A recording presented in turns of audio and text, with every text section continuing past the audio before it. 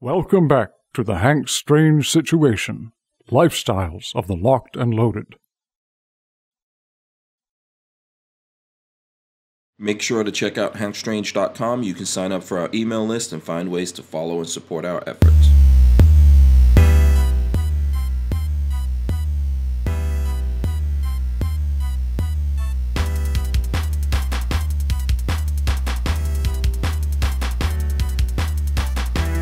Welcome back to the channel. I'm Hank Strange. Today, we're doing some stuff with Sam Andrews. Sam? Good to see you again. Good to see you as well. I think what we want to do is some content that folks can watch that's not as long as our usual stuff. Right, I do tend to run on. I think it's good stuff, good information, but we want to make something a little bit shorter. So we're going to do a holster today, and Sam's going to go through it kind of fast, but if you guys want more details, we do have some other very detailed videos that you can go check out. And I believe that it is the Carjacker holster, Sam, that we've done some stuff with before. The Carjacker cross draw, it's been one of our most popular holsters. And these are much simpler to make than some of the really complicated things we've shown in the past. That's what you got right there? Yep. So you would be sitting down in the car, and this would give you a good position to be able to quickly... It was designed originally for use in a vehicle. It was designed for some of my law enforcement customers, but it's become super popular with a lot of people, both as a walk-around holster, they're very comfortable, as well as use in the vehicle. As you see, it carries at an angle, which is, when you're seated, very easy to draw coming up and across the body. It's simple on and off because it just wraps up around the belt. The rear snap sits above the top edge to keep it at a butt-upward angle and then comes over to secure. So comfortable, quick, very convenient. What's the main difference between making this and anything else? Well, this is a simple one-piece holster, folded construction, doesn't take a lot of intermediary steps. And that's good because we make an awful lot of them. Today I'm going to build one for the SIG P365 because that gun is hotter than a firecracker. We are making so many rigs for those. As we've seen in some of the other videos we've done, start with a pattern and we'll trace out the pattern on the leather.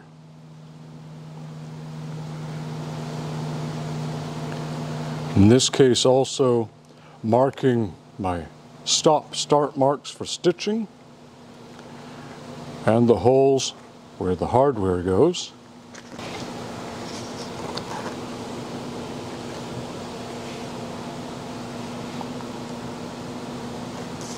I would also normally need to cut out a welt, but I had several of these already made for the 365s, so that is the spacer that will end up inside between layers. The method of cutting that I stumbled on years ago that made life a lot easier was to put some scrap carpeting underneath the leather itself so that I could cut with the blade forward on the X-Acto knife, and the tip of the blade is just going into the carpeting, it's not hitting the table beneath. This lets me make a very controlled cut. It's very easy to steer. And it parts it in one pass. I don't have to keep going over and over the same place.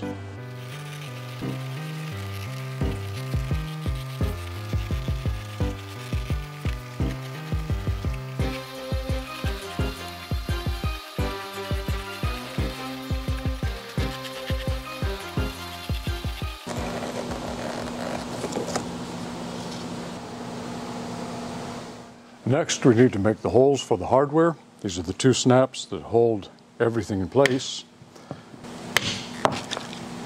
And I always turn her over and back punch it so that the flow of the leather in the hole is going out that way, which just allows greater engagement of the snaps when I install them. Next, we're going to install the snaps. These are regular dot snaps, nickel over brass, so they won't corrode. Place it on the anvil, put the snap setting tool in, and don't just smash the snap because that can collapse the barrel of it.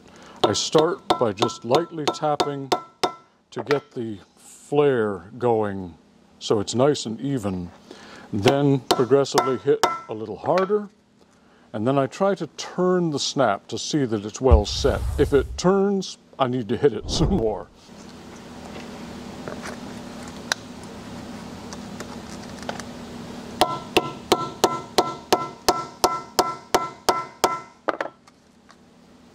There, nicely, evenly flared and set solidly. Now that we've got the hardware installed, we need to put in the lining. I can't allow any bare metal to be scraping against the firearm inside. So we're going to set this down on the suede, pop the weight on top to hold it in place,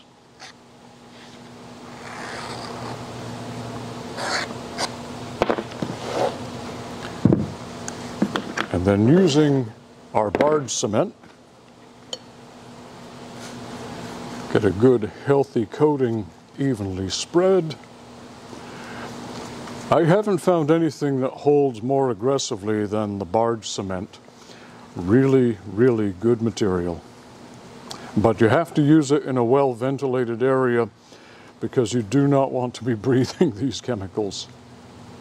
Also, I find if I make my stroke from the inside going outward toward the edge, I'm not going to build up any of the glue on the outside edge of the holster, which if I came the other way, it would scrape off, and that interferes later with finishing the edges. Make sure on your lining material to spread the glue a good deal wider than the holster that you're lining. It makes it much easier when you're putting them together because the glue only sticks to the glue. If I leave a dry place, it won't hold reliably.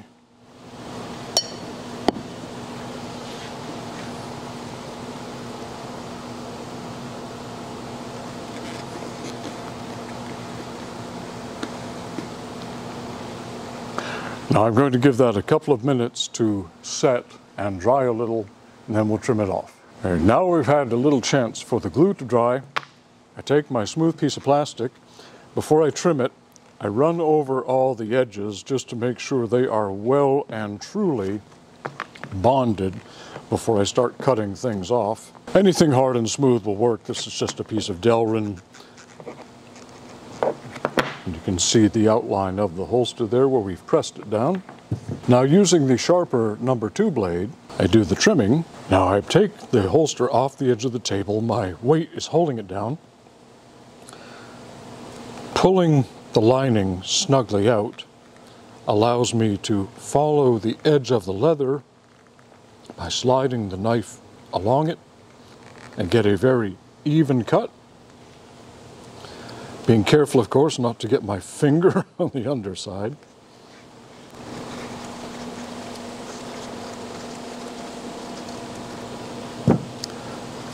As you can see, with this method of trimming, you come out very, very even all the way around. Now that we've got the lining trimmed off, we need to mark it for stitching. So I'm going to set my groover for the width I need for the stitching. The groove gives me a guide to stitch in. Also, it helps the stitches themselves to lay below flush.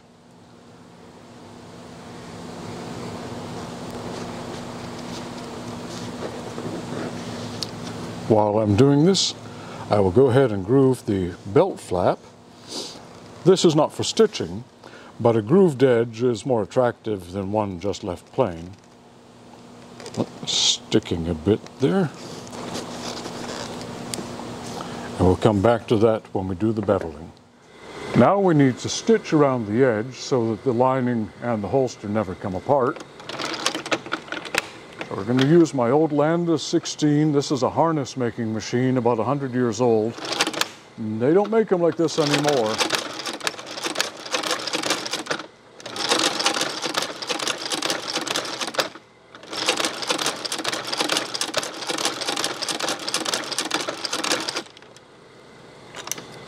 This was specifically designed for making harnesses, holsters, heavy leather work. It's got an awl that makes the hole, then the needle comes up through the pre-made hole from below, catches the thread in the hook and takes it down, so it really is bottom stitching. And it will sew anything you can get under the foot there. If you can fit it in, it will stitch it. Fingers included, so I'm very careful.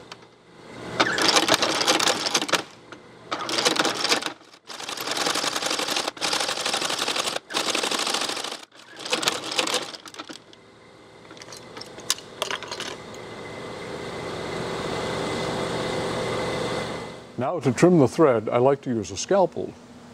Any X-Acto knife would work, but these have a very fine point which lets me get down right into the hole with the thread and cut it off below flush so we don't have any fuzzy ends coming out.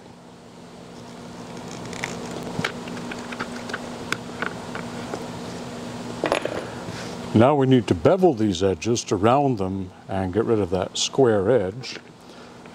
These horseshoe brand bevelers, which have changeable blades, I found have a really good rounded radius, and they're quite sharp when they come from the factory, so they do a splendid job of taking off that edge. And they're quite easy to maneuver in tight corners because of the short feet on them. I've used bevelers that have very long tines, and they tend to hang up on things. I like to do a heavy bevel on the inside to get a good radius on that edge. Sometimes I even make 2 passes to kick off a little more of the material, because with the gun going in against that edge, I don't want it catching and peeling the lining away from the holster. Not that that's likely, but this prevents any possibility.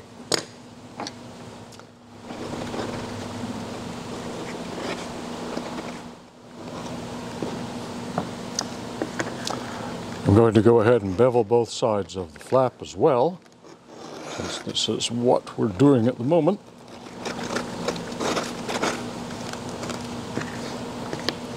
Being a single layer of leather, this does not take as heavy a bevel. I'm using a smaller, narrower blade on the single piece because I don't want to over bevel it and end up with a knife edge. It needs to be rounded, not made into a blade itself. From here, both pieces will need to be slicked. Now that we've beveled the edges, we need to slick them to get that really rounded, smooth edge. I like to use the power slicker to do the heavy work. Give the leather a good wetting.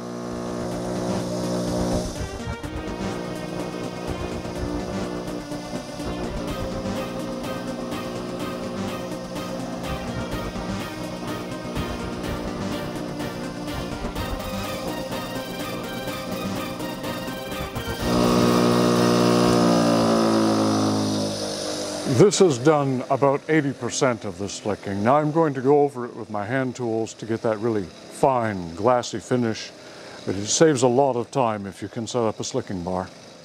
Now that the slicker has gotten most of it, I'm going to take my hand tools and get that fine polish.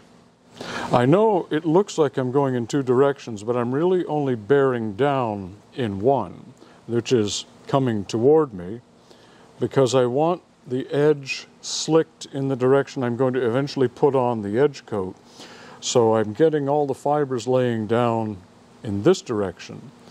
So on the return, I'm not really pressing. I'm only pressing when I come in toward me. Now when I push it in with the slicking tool, it tends to mushroom the edge. So again, I take my slick piece of plastic afterwards and flatten it so it's not all rolled up. Same principle on the holster. Because this is lined and it's thicker, I'm using a larger wheel. This is not sold in leather tool stores. This is actually a pulley wheel from a hardware store. It came with a metal bracket which we just removed, but since it's plastic and it's slick, it makes a great slicking wheel.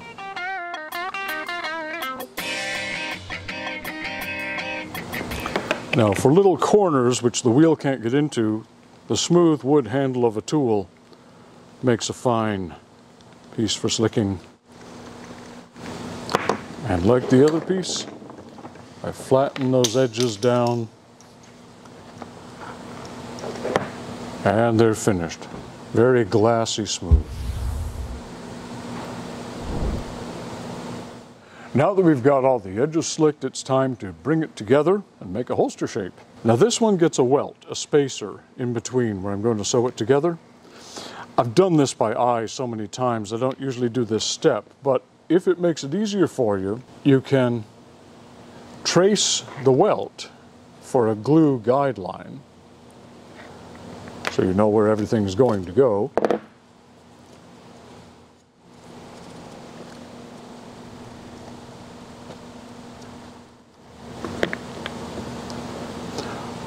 I normally only glue one side of this until I get it installed and then put glue on the other side, just because it's easier than handling something completely covered in sticky glue. When I place it, I trace the outside with my fingers. I want this as even as possible, not overlaying and certainly not back away from the edge, because we don't want to create gaps when we bring all three edges together.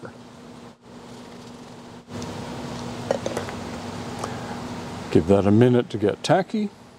All right, now the glue's gotten tacky enough, I can bring these edges together. And again, the critical part is lining things up so that you're as even as possible, and finger testing is the best way to tell. You don't want it sticking out, you don't want it sunken in. Now that we have it glued together, I'm going to take it to the belt sander and just true that off before I stitch it.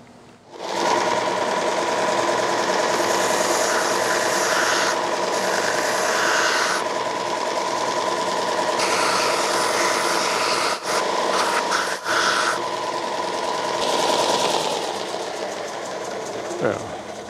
Now we've got it all flattened and evened out, ready for stitching.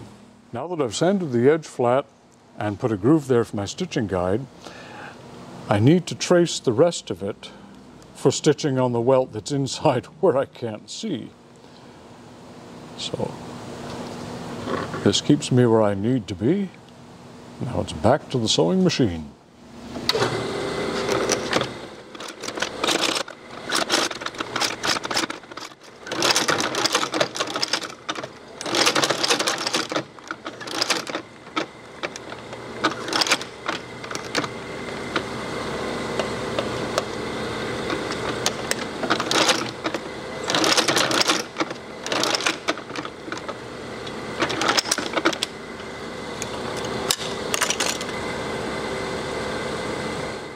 Now we need to trim it off again, getting the scalpel down into the hole with the thread.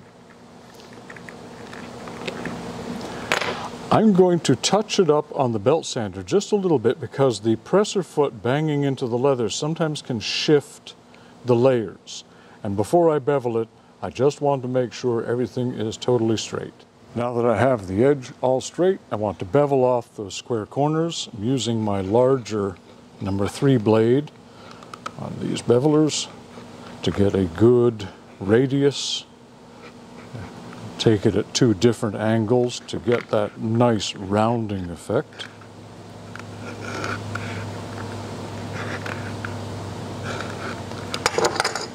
And now it's back to the slicking bar. Now I hit this on the power slicker that we showed you before, just to give it the greater part of its smoothing. Now I'm going to take my tool handle and give it a rub down and get the edge angles for that really glassy finished edge. There we go. And I press that down flat to get rid of any mushrooming that may have occurred. She's ready now for molding and fitting. Now that we've got the holster physically all sewn together, it's time to shape it. So first, dunk it in the water, get it good and soaked, and then I take my dummy gun, and sadly the company that made these aluminum ones has gone out of business. I miss them terribly. We can still get polymer guns and 3D printed dummies and all that, but these aluminum ones were wonderful. I could wail on them, pry on them, beat them. They stood it all. Okay. I take this dowel and I place it along the top to make a tunnel for the front sight. In this case, I do not push it all the way through because a tensioner is going to eventually go under the trigger guard to hold the gun, and we don't want to overstretch the leather in this direction. So bringing this about that far will give us the nice ramp tunnel for the front sight, but won't interfere with the tensioning. I could just mold it totally by hand, but I do so many thousands of holsters that gets to my arms. So I start things out by putting them in the molding press under layers of this neoprene rubber. Pump it down. It does about 80% of the shaping, and that lets me just do the fine-tuning shaping with the hand tools. See, get your exercise every day here. Now leave it in there under pressure for about 5 minutes, and then it'll be all ready to go. All right, now we've let it sit under pressure for a few minutes.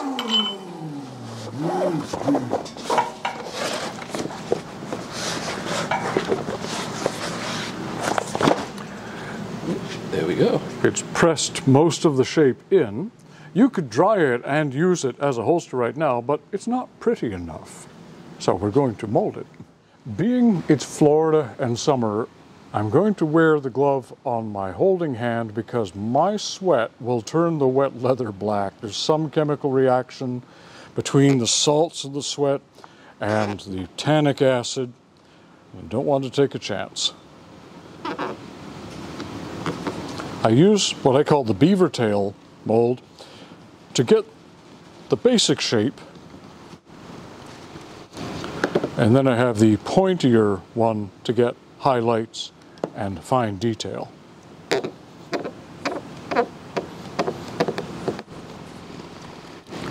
Molding in the sight tunnel, so we'll have that tall area for the sight to run in.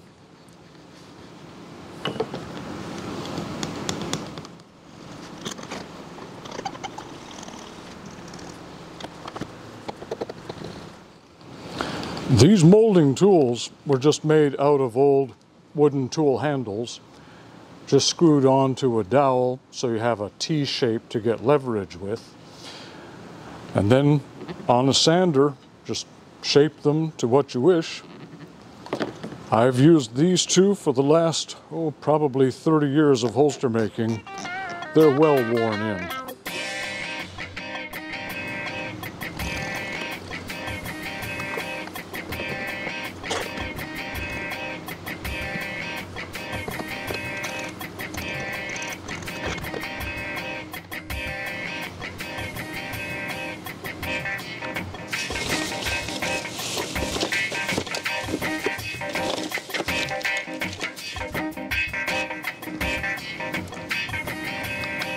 There's the line of the frame to slide there that I want to highlight, and it's easier if you use a straight edge.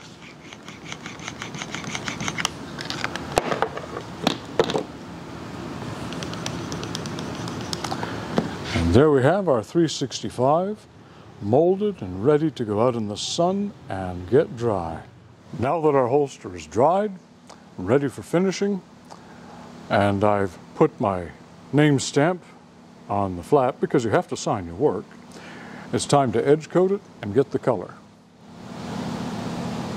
I like to use a mix of the brown edge coat along with the black tough coat from Weaver, because I find the brown edge coat by itself is a little thick and gummy. Also, it's a very, very light brown.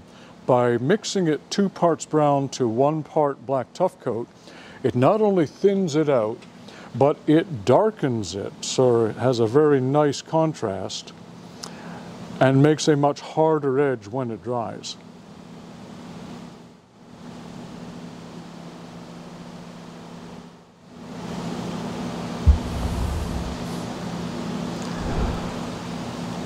On the holster, I do the inner edge first, just trying to keep my line as even as possible, as I'm trying to meld the line of the suede lining and the leather outer so you can't really see the split between them.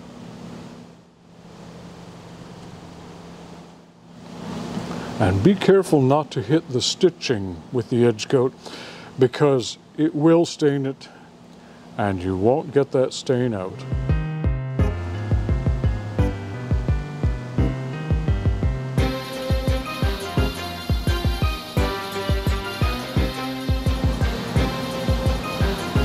This is why earlier I emphasized when slicking, I tend to slick in one direction, and that's the direction I'm going now with the dauber.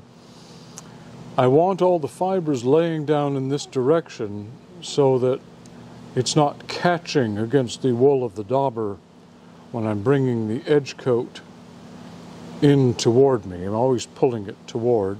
It tends to make a much harder, slicker, and more finished edge. And there we are, edge coated, molded, dried, ready for its color finish as soon as that dries. And it only takes about 5 minutes for the edge coat to set up.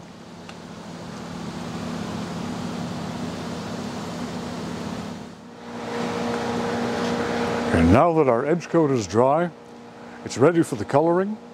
This is the Neatsfoot oil compound, which gives it that beautiful russet, brown, deep old kind of saddle tan.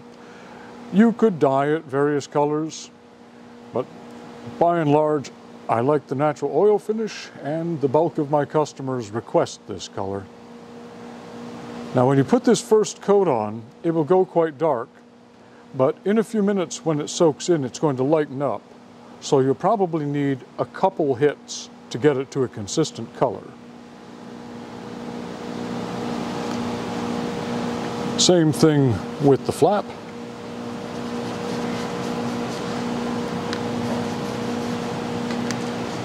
Since you're getting this from inside and outside, I don't go as heavy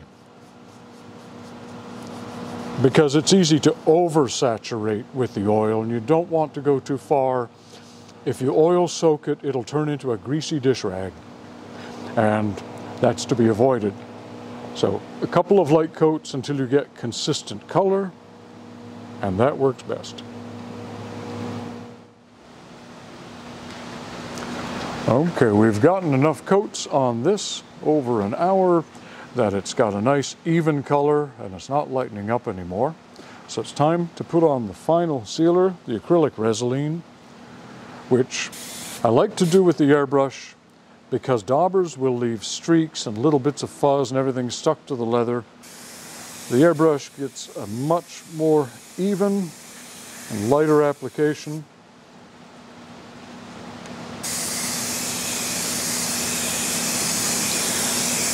But you want to make sure that you don't overdo the Resolene. Just a light coating and let that dry. You can always put on more, but you don't want it pooling up.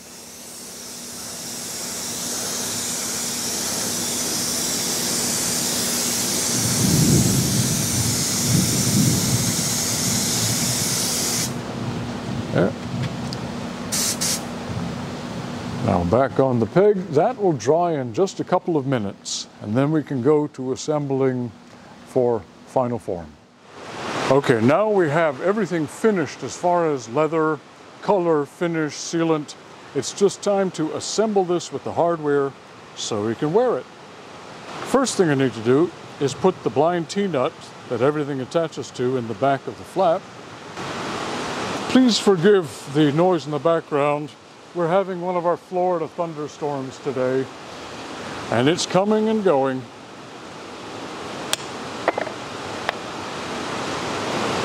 To drive in the T-nut to not damage the threaded end, I'll put a screw into it as a guide. Then it goes into this hole on the metal block. And I'm just trying to get it flush with the surface so no edges are sticking up.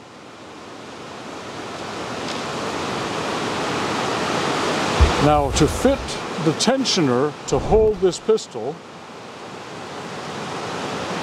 I'm going to look in here, take my awl, come just below the bottom edge of the trigger guard, make a hole across there, and I just know by eye from the diameter of the rubber that's going to be used in there how far off from the gun it needs to be. That's my guide. I take the hand punch, line it up with where that guide hole is. I have to twist it a bit to cut through the soft suede inside. Just pressing down doesn't quite get through all the layers.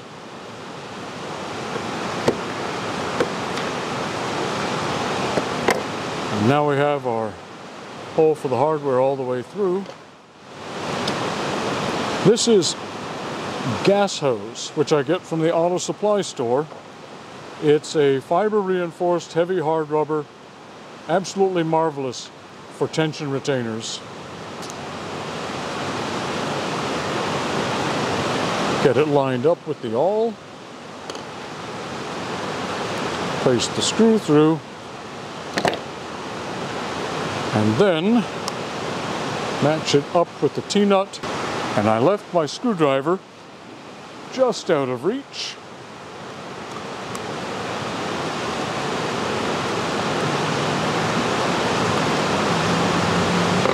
Once I get the threads going together there, now I'm going to check the angle where I need to make the hole here for the other anchoring hardware.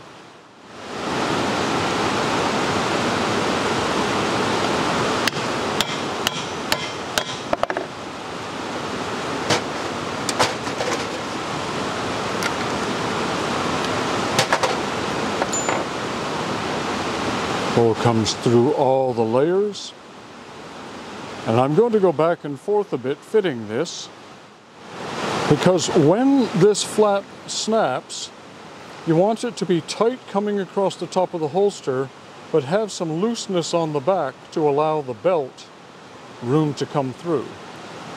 And the pitch of it controls that, so while I'm holding it in place, I'll come through here with the awl, stir that around to make a mark and show me where to punch it. Now we've got a hole made for where the flap will bear down to the bottom of the holster, and that angle is critical to get the tight on the back, loose on the front set up so the belt will come through easily. I've pressed against the snaps to make the impression and show me where the holes need to go. On this one, I punch to the top of the impression, again, to give it a little flex room for the belt that's going to go in there. Tap that to make sure I'm even side to side.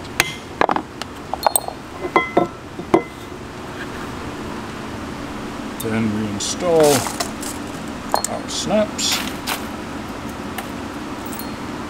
Cap on this side, socket on the inside.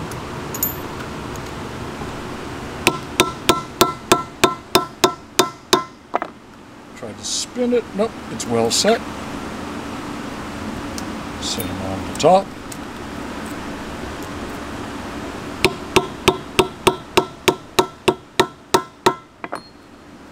Good and set. Lastly, I just need to put the long T-nut through here, combine those, and we are finished.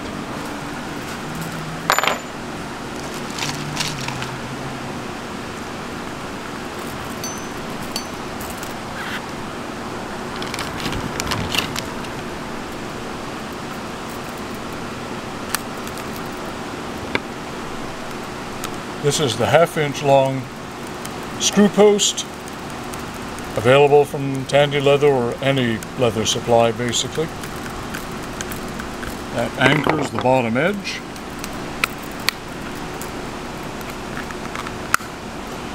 We have our finished holster all set up and ready for wearing.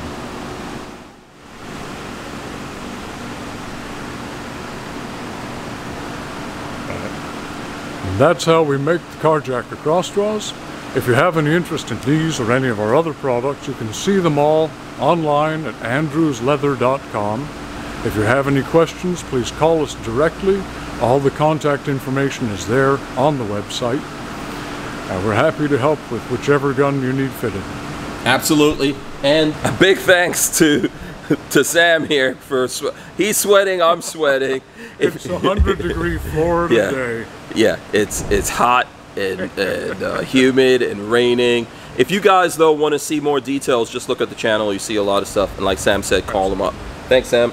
My pleasure. We're out of here. We'll see you guys on the next one. Out. Peace. Make sure to check out hempstrange.com. You can sign up for our email list and find ways to follow and support our efforts.